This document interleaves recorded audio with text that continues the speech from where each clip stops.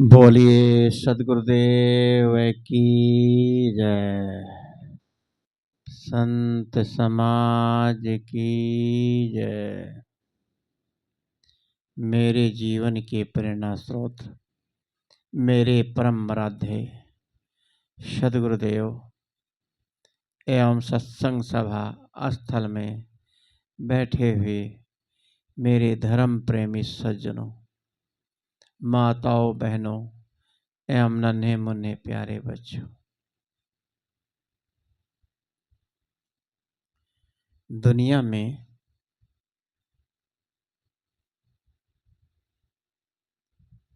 हर आदमी दुखी क्यों है? सुख सब चाहते हैं, दुख कोई नहीं चाहता। लेकिन ये जीव है अनादि से दुखी होता आया है। क्यों? कभी जो अपने में मुक्त होता है जीव तो शुद्ध बिल्कुल रहता है, तभी इसको कहते हैं शुद्ध चेतन आत्मा। अहम शुद्ध चैतन्य ज्ञान स्वरूपम अजराहम अमराहम अखंडम अनुपम। ये शुद्ध चेतन है, ज्ञान का स्वरूप है, सब ज्ञानों का ज्ञानी है। ये अजरहम अमरहम, अजर अमर है कि कभी मरता नहीं है। शरीर मरता है, जीव कभी मरता नहीं, ना कोई नया बनता है। अखंडम अनुपम, अजरहम अमरम अमरहम अखंडम अनुपम। अजर अमर है और इसके कोई भी टुकड़े नहीं किए जा सकते। इसी को कहते हैं निराकार परमात्मा। कोई परमात्मा सामने रखोगे तो वो साकार होगा। शरीर है अगर किसी का है तो जड़ है, गुरु भी जड़ है। गुरु भी आपका कल्याण नहीं कर सकता, कल्याण का मार्ग बता सकता है। आपका कोई काम काज दूसरा कोई कर सकता है, कपड़े धो सकता है, भोजन बना सकता है, बीमारी इलाज कर सकता है, बिस्तरा बिछा सकता है, आपको कुछ सहारा भी दे सकता है पकड़ के। लेकिन अपने कल्याण का काम कोई भी नहीं कर सकता। वो कल्याण का काम क्या है? जो सतगुरुओं के द्वारा बताया जाता है कि ऐसे कल्याण होता है, मार्ग बताते हैं सतगुरु। कहा कि चीटी चावल ले चली। चीटी चावल, पहाड़ पर चीटी जा रही थी। अब चीटी भी जा रही थी और रास्ते में आगे जाके एक नमक का पहाड़ भी था, कहते हैं।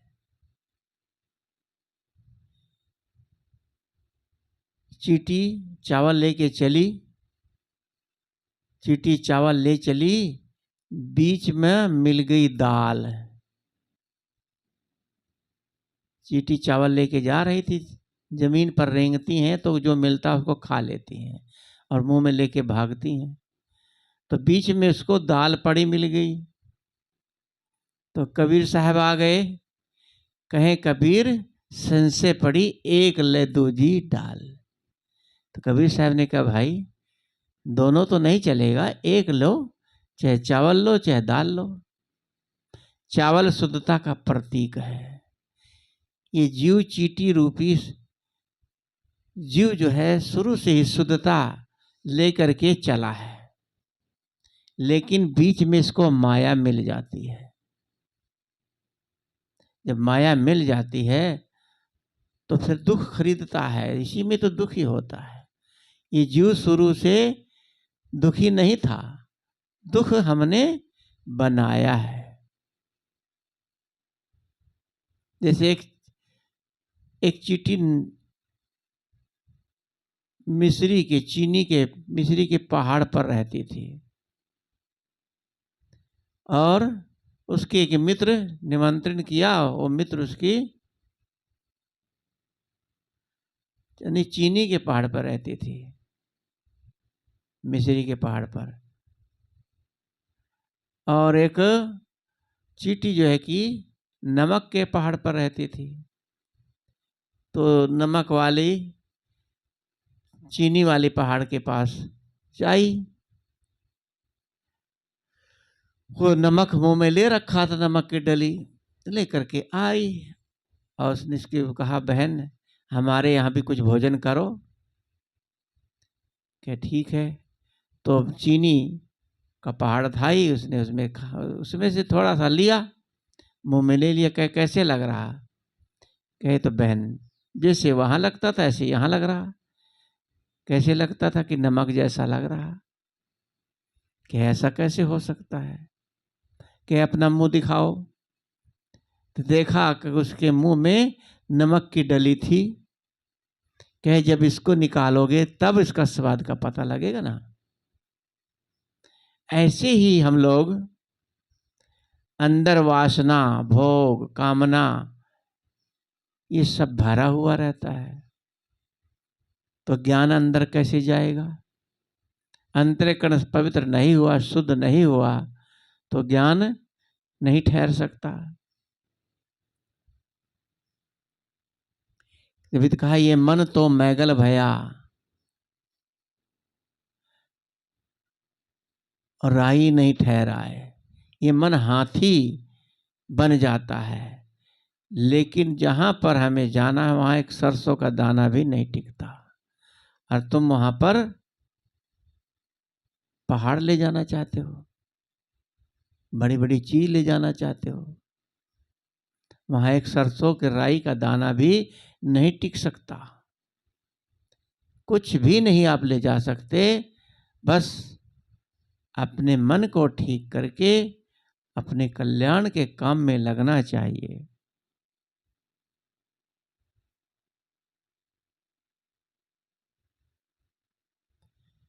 जैसे कहते हैं कि दूसरों की कमाई खाना पाप है, सच भी है।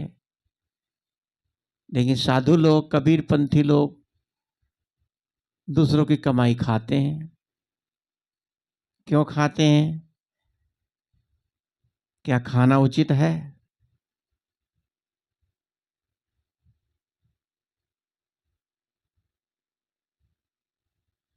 समाज में रहकर समाज की बुराइयों से लड़ा जा सकता। अच्छे लोगों द्वारा समाज को त्यागने से बुराइयों को फैलावा, प्रसार तेजी से होता जा रहा है।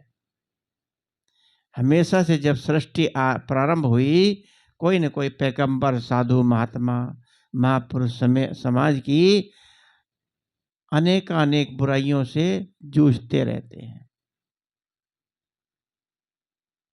परंतु यहां बुराइयों का पहाड़ टसमस नहीं हो रहा और बढ़ता जा रहा है।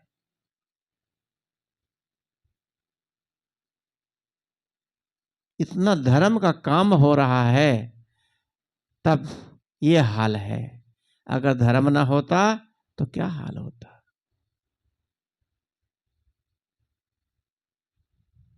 बुराइयों का पहाड़ बिल्कुल टस से मस नहीं हो रहा। जब आज हो रहा तो आगे भी कम कैसे होगा। आगे भी हंसी और होगा।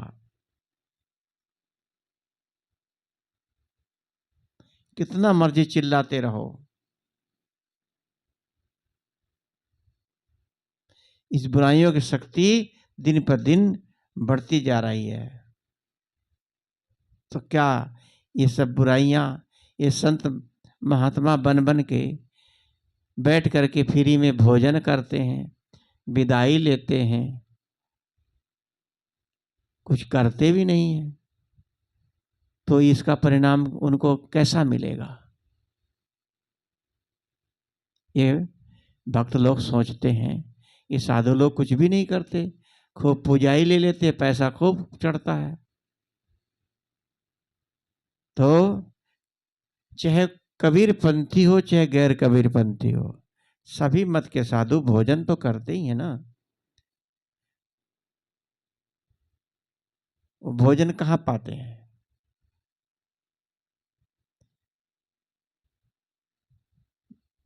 ये तो कुछ साधु लोग स्वयं भी पैदा करते हैं, खेती बाड़ी होती है और ग्रस्त लोग उनको देते भी हैं।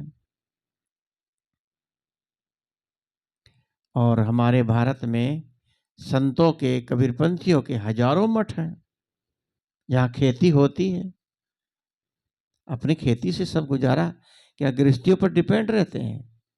गृहस्थी लोग 2 दिन भोजन करा दिया तो जीवन भर कौन कराता है? उनके भी आय के साधन हैं, वहां भी आमदनी होती है, चढ़ता भी है और खेती से भी जो होता है।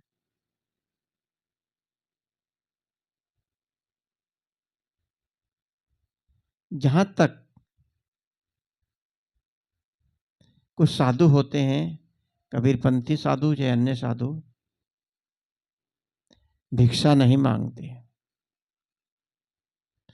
उन्हें कोई जो श्रद्धा से बुला करके बुलाते हैं, हम लोग बुलाते हैं तभी संत आते हैं ना, अपने आप तो कोई बिरला ही आता होगा।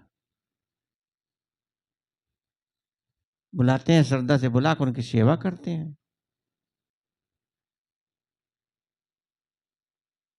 और श्रद्धावान श्रद्धा अनुसार उनको भोजन कराते हैं और उनकी विदाई भी करते हैं।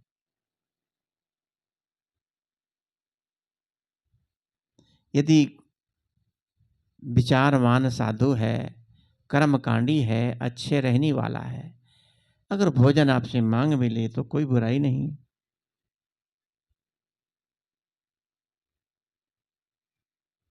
समाज का बहुत बड़ा हित है, बदले में समाज द्वारा गरीबों को, संतों को भोजन देता है। उनका, इन लोगों का अधिकार भी है। गुरु बनाओ तो गुरु का 10वां हिस्सा, 10वां अंश बताते हैं गुरु का होता ही है।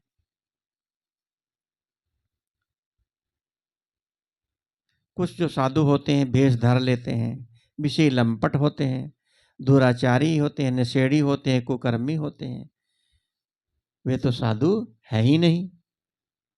परंतु किसी मत के जो सदाचारी संत महापुरुष ब्रह्मचारी साधु हैं, भले वे उच्चतम कोटि के ना हो, भले वो बहुत यदि कुछ ज्ञान ना जानते हो, उनकी रहनी अच्छी हो, सच्चाई हो, तो उनके द्वारा समाज का, आपका हित भी होता है।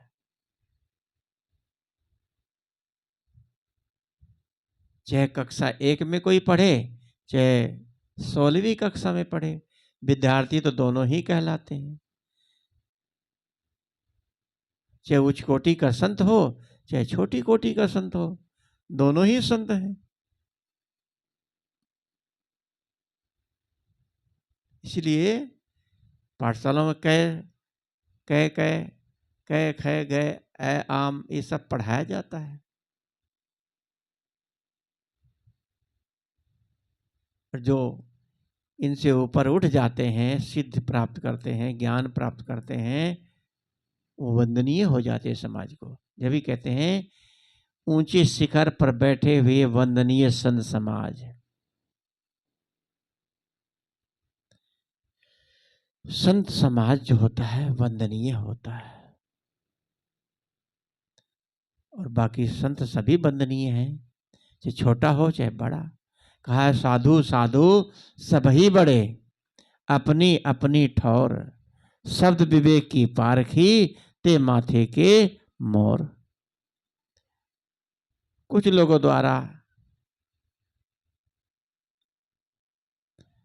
धार्मिकों, जो राजनीति के धार्मिक लोग होते हैं,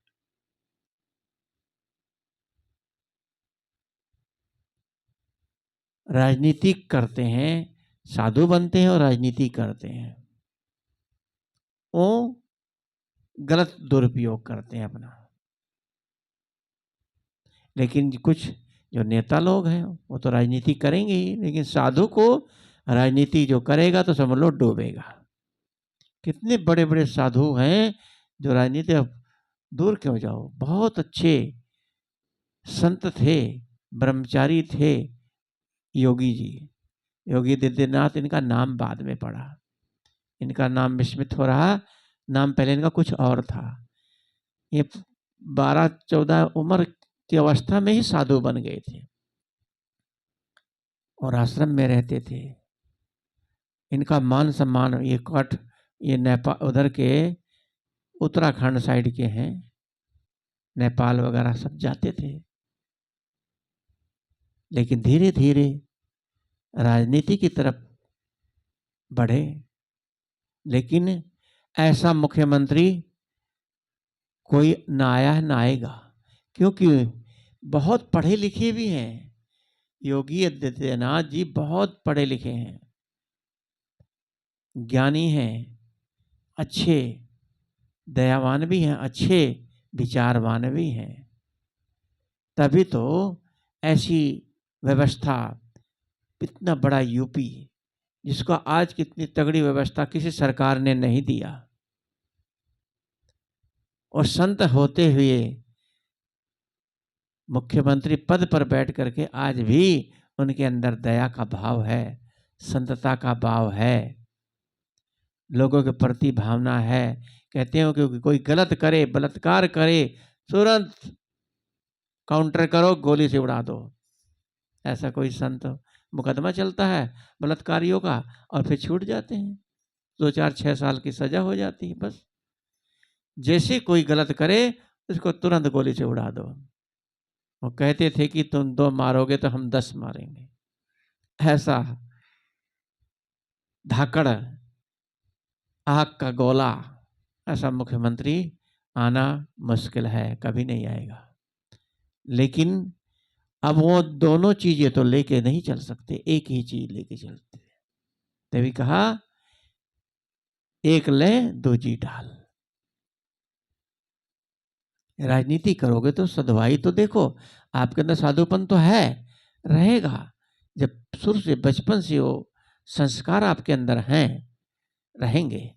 लेकिन जो मुक्ति का, कल्याण का काम है, और साधु की रहनी में रह कर ही होगा। राजनीति में आके तो लोगों का कल्याण तो कर रहे हैं, अच्छा कर रहे हैं, लोगों का आशीर्वाद भी मिल रहा है। कहा है जन की सेवा, कहा कि भगवान की, नारायण नर की सेवा नारायण की सेवा है। तो मुक्ति का, कल्याण का काम अलग है, ये सेवा अलग है। तो इससे हट करके यदि हम रहेंगे, राजनीति में रह के केवल राजनीति ही कर सकते हैं।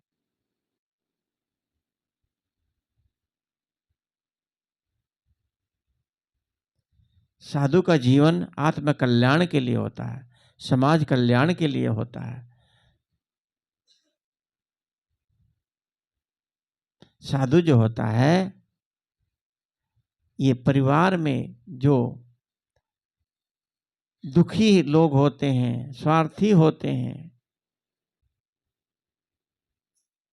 उनसे उसको निकालने का काम करते हैं, समझाते हैं, ऐसे मुक्ति होगी, ऐसे कल्याण होगा।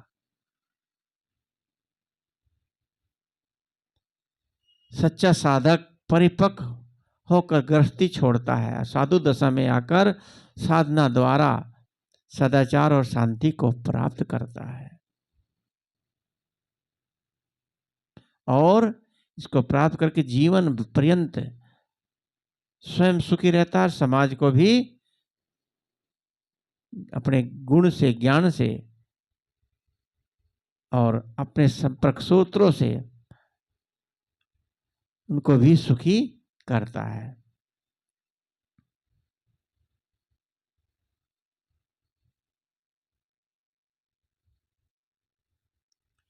सरकार संतान नियोजन, सुअर का पालन, मुर्गी पालन आदि खोलती है, विभाग खोलते हैं, परंतु मानव धर्म का, धर्म पालन का कोई विभाग कहीं नहीं खुला है। ये सब क्या है? तभी तो धर्म का बढ़ावा हो रहा है। ये धर्म है कि अधर्म है। मुर्गी पालन, सुअर का पालन, हाथी का पालन, हाथियों को पालते हैं कि किसी इनके हड्डियों से बड़े बड़े हथियार बनते हैं, मरते हो या मारते हो। तो धर्म पालन का विभाग कहीं नहीं खुला है। लेकिन सबसे बड़ा जो विभाग है संतों का निःशुल्क विभाग, निःशुल्क पालन, कहीं कहीं ध्यान शिविर कराते हैं और सत्संग चलते हैं। इतनी सुविधा आपको देते हैं, आप इतनी सुविधा पैसा दे करके प्राप्त नहीं कर सकते। क्या है, आपने 1000 2000 दे दिया, किसी ने 10,000 दे दिया, लेकिन वहां पर हजारों लोग प्रतिदिन खाते हैं। आप अपने घर में 4 दिन 4 लोगों को नहीं खिला सकते। तीसरे दिन ही भारी लगने लगता है कि कब जाएं। कभी कमी नहीं आती। हाँ, संत हो, पात्र हो, भोजन कराने से आपको बरकत भी होती है। कोई दुखिया है, चाहे संत भी ना हो, दुखी है, निराश्रय है, उसको भी आश्रय दे दो तो आपको चौगने के रूप में आपको प्राप्त होता है। कोई भी व्यक्ति या साधु होने के लिए घर छोड़ता है और धन और परिवार को सबको छोड़ के आता है और समाज की सेवा में लग जाता है। वह अपने जीवन निर्वाह की वस्तुओं का साधन ही प्राप्त करता है, फालतू जमा पूंजी नहीं करता। हमारे इलाहाबाद के संत हैं, उनको देते हैं लोग। अभी संत श्री सत्येंद्र साहब ने शायद लिखा कि दान में 2 लाख रुपया कितना दिया, लिखा हुआ देखा। और विचार साहब ने एक आश्रम इलाहाबाद में पूरा कमरा बनवाया, उन्होंने भी 1 लाख कुछ लिखा था, 1 लाख दान दिया। जो संतों को हम लोग देते हैं वो ले जाके कहाँ, अपने बच्चे थोड़ी उनके होते हैं, आश्रम में ही तो लगाते हैं। वो सुख सुविधा हम लोगों को देते हैं। तो कुछ लोग साधु बनते हैं, धन परिवार को छोड़ दिया, लेकिन दूसरा परिवार इकट्ठा कर लेते हैं। एक घर छोड़ा ईंट पत्थर, दूसरा घर ईंट पत्थर का, मुकदमे चलते हैं। मुकदमा कई वैसे स्वाभाविक, कई लोग कर देते हैं तो उसको झेलना पड़ जाता है, लेकिन स्वाभाविक रूप से लड़ाई झगड़े से बचो। यहाँ माया छोड़ी, दूसरी माया अपना ली, साधु बन जाते हैं। दिनचर्या अपना ठीक नहीं, ध्यान अपना कोई नियम नहीं, पाठ पूजा कोई है नहीं, खाने पीने के लिए लालायित रहते हैं। अच्छे अच्छे घर जाएं, अच्छे अच्छे भोजन मिले। साधु होकर के आप जिसके घर जाओ उसको अपनी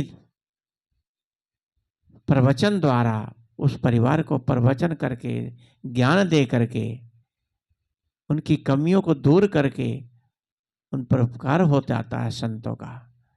उसके बदले में हम भोजन कितना मर्जी कराएं, पैसा विदाई दें, उसकी कीमत नहीं चुकाई जा सकती। लेकिन कुछ साधु होते हैं, खाए पिए पड़े सोए, तो ये तो गृहस्थियों से भी गिरे। गृहस्थी लोग कुछ काम तो करते हैं, सेवा तो करते हैं, लेकिन साधु बने तो दूसरों के कल्याण के लिए भी, अपना भी कल्याण करें और दूसरों का भी।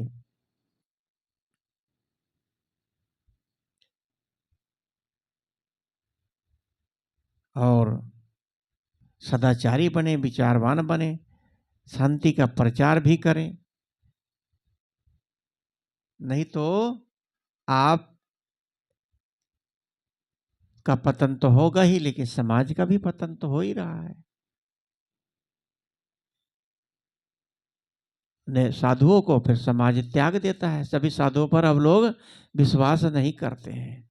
आजकल कोई साधु संत का नाम ले लो, अरे सब ऐसे ही हैं, सब ऐसे ही हैं। और कबीर पंथ का नाम ले लो तो जगत गुरु श्री रामपाल साहब ने तो बहुत प्रसिद्ध कर दिया कबीर का नाम। जब कोई कहते हैं कि कबीर पंथी, कौन? रामपाल वाले। रामपाल जी कितने प्रसिद्ध हो गए हैं तो जग जाहिर है ही है। ऐसे भी प्रसिद्धि किस काम की, जो हमारे सतगुरु का नाम भी बदनामी के साथ जुड़ जाए। ये सृष्टि कभी आरंभ हुई नहीं है, ये प्रवाह रूप अनादि अनंत है, सदा से संत होते आए हैं, परंतु बुराइयों का अंत तो कभी हो ही नहीं पाया।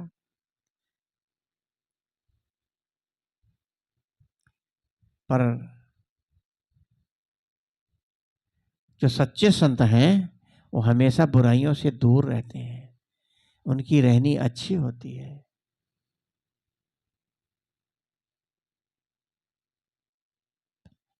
यदि वो संत बुराइयों में सने होते तो बुराइयां आज कई गुना होती।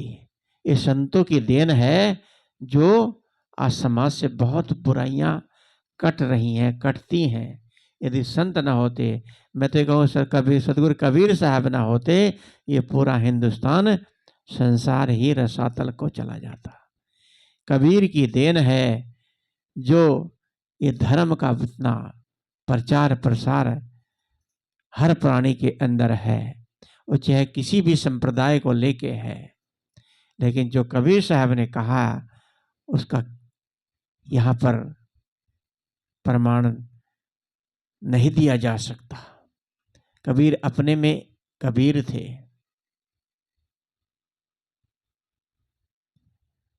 बुराई भलाई सदा से रही है, सृष्टि कम ज्यादा होती आई है, ऐसे ही भलाई बुराई भी व्यक्तिगत चलती फिरती रहती है, कम ज्यादा होती है। और व्यक्तियों का अपना सुधार होना चाहिए।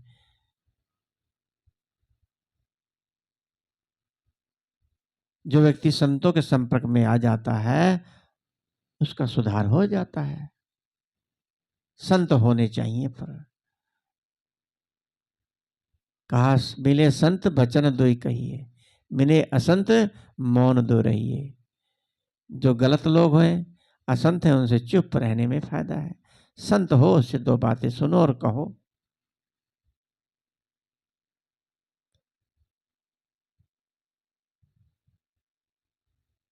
जो वेशधारी हैं, काली वेश बना के घूमते हैं, उन संतों के संपर्क से कभी कल्याण नहीं होने वाला। लेकिन जो भेष न बनाए हो, साधारण हो, लेकिन उसका कर्म अच्छा है, तो संत उससे आप अपना संबंध जोड़ सकते हो। संत, पहले के संत महापुरुष कैसे थे? कभी भी अपने नाम के आगे जगत गुरु, मानस मर्मज्ञ, जगत करता, सृष्टि करता, श्री श्री 1008 श्री कभी नहीं लगाया। आज देखो, दो चौपाई जान जाते हैं तो मानस मर्मज्ञ लिखते हैं। गोस्वामी जी अपने को तुलसीदास लिखते हैं। राम, श्री राम को राम, कृष्ण, बुद्ध, महावीर, बड़े बड़े महापुरुष हुए हैं जो इतिहासकार थे। जरथुस्त्र, कन्फ्यूशियस, लाओत्सो, ईसा, मोहम्मद, कपिल, कणाद, पतंजल, पातंजलि, शंकराचार्य, रामानंद, कबीर, नानक, तुलसी, दयानंद, रामकृष्ण परमहंस, विवेकानंद और अरविंद, पलटू दादा, दरिया घीसा, जगजीवन,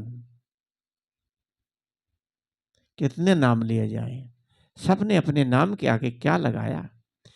या तो साधारण नाम रखा, नहीं तो कबीर दास, तुलसीदास, पलटू दास, घीसा दास, दरिया दास, जगजीवन दास, किसी संत महापुरुषों ने अपने नाम के आगे स्वामी को श्री 1000 श्री नहीं लगाया। ये ठीक है कि लोग धर्म के नाम पर गलत काम करते हैं, लेकिन सच्चाई तो अपनी जगह सच्चाई है। सच्चे धर्म का कोई दोष नहीं है। यहाँ विचारणीय विषय है कि जब धर्म के प्रचार पर होते हैं तो लोग इतने बुरे हैं, तब धर्म का प्रचार न होता तो क्या होता। आज लोग इतने बुरे दिख रहे हैं, लेकिन फिर भी धर्म का प्रचार बराबर है। यदि धर्म बिल्कुल न होता तो क्या होता। अभी तो इंग्लिश में कहा गया है कि फ्रैंकलिन हुए, उन्होंने कहा, if man also wicked with religion, what would they be without it. यानी धर्म के होने पर जब मनुष्य इतने नीच हैं, तो धर्म ना होता तो क्या होता। बुराइयां आज हैं, आगे भी रहेंगी, तो क्या उसको दूर करने के लिए प्रयत्न नहीं करना चाहिए। प्रचार प्रसार बंद कर दें। यदि बीमारी संसार में सब समय रहती है, परंतु उसको दूर करने का प्रयत्न किया जाता है। डॉक्टर इलाज करता है, लाइलाज बीमारी होती है उसका भी इलाज करता है।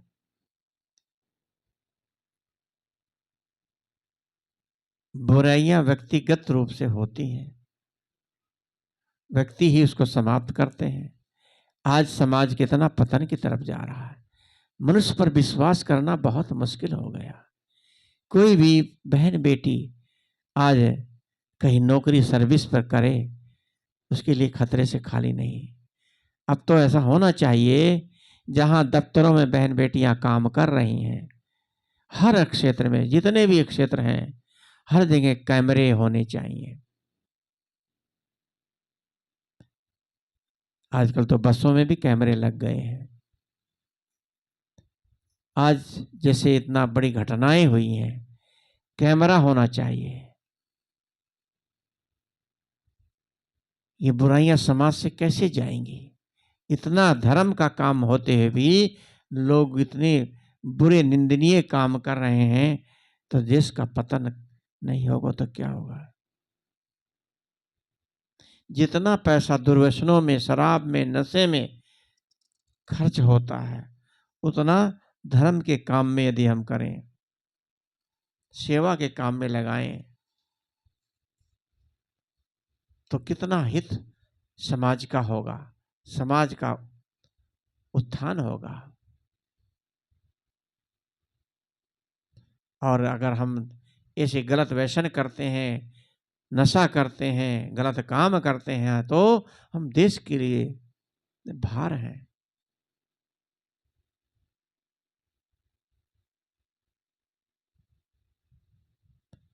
कुछ साधु संत लोग स्वयं उपार्जन करके स्वयं अपनी से जीवन निर्वाह करते हैं, और गलत वेशधारी देश का अहित करते हैं।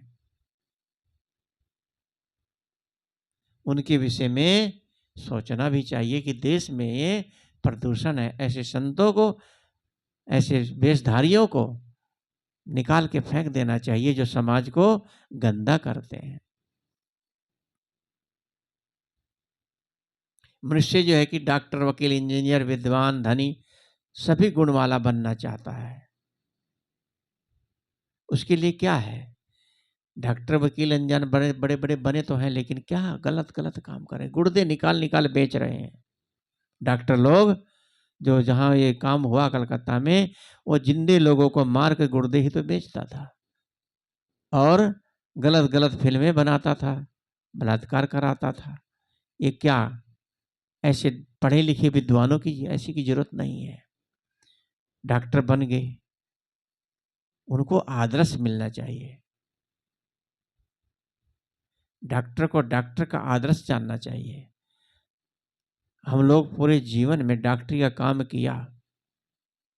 पिताजी ने हमारे कहा, अपने मन को संयम और अपने लगोट का सच्चा आदमी रहोगे तो कहीं भी रह सकते हो, मार नहीं खाओगे। ये शब्द मुझे आज भी याद है। मैं जीवन भर लगभग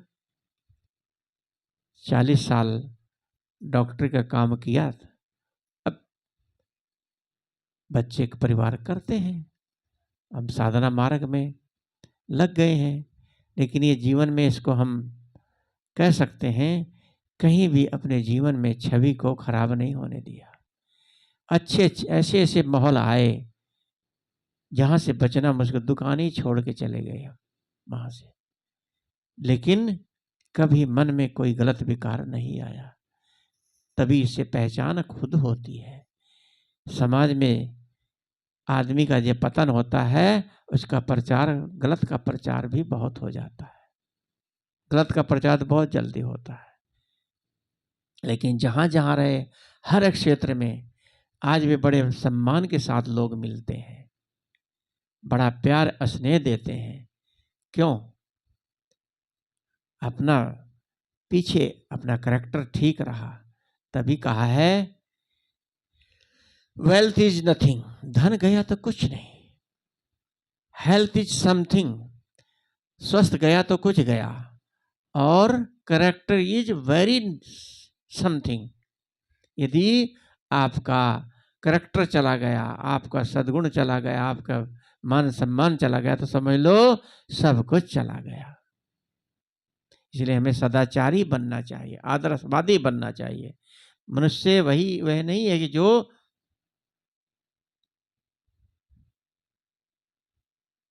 दिखाई दे और अंदर से कुछ और बाहर से कुछ और। जो सच्चा होता है उसका बाहर से भी वही, अंदर से भी वही हो। तो हमें मनुष्य जीवन पा करके अपने जीवन को अच्छा बनाना चाहिए, आध्यात्मिक की उन्नति करनी चाहिए। संतों के सत्संग के बिना ये सब असंभव है।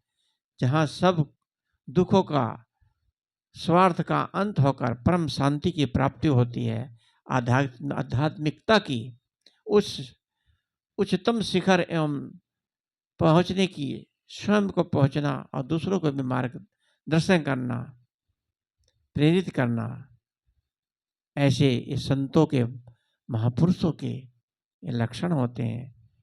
उन्हीं का मुख्य उद्देश्य ये दूसरों के प्रति अपना कर्तव्य निभाते हैं। ऐसे ही हम लोगों को भी दूसरों के प्रति सहानुभूति, प्रेम का भाव, दया का भाव, आदर्शवादी बने। तो ये सब अपने जीवन को कैसे बनाएं? तब ने कहा शुरू में कि चीटी चावल ले चली, बीच में मिल गई दाल। कहें कबीर सन से पड़ी, एक ले दूजी डाल। इसका भाव आप समझ चुके हैं। तो हमें ऐसे ही जीवन को रखना है बना के। बोलिए सद्गुरुदेव की जय। वंदन है जी गुरुदेव आप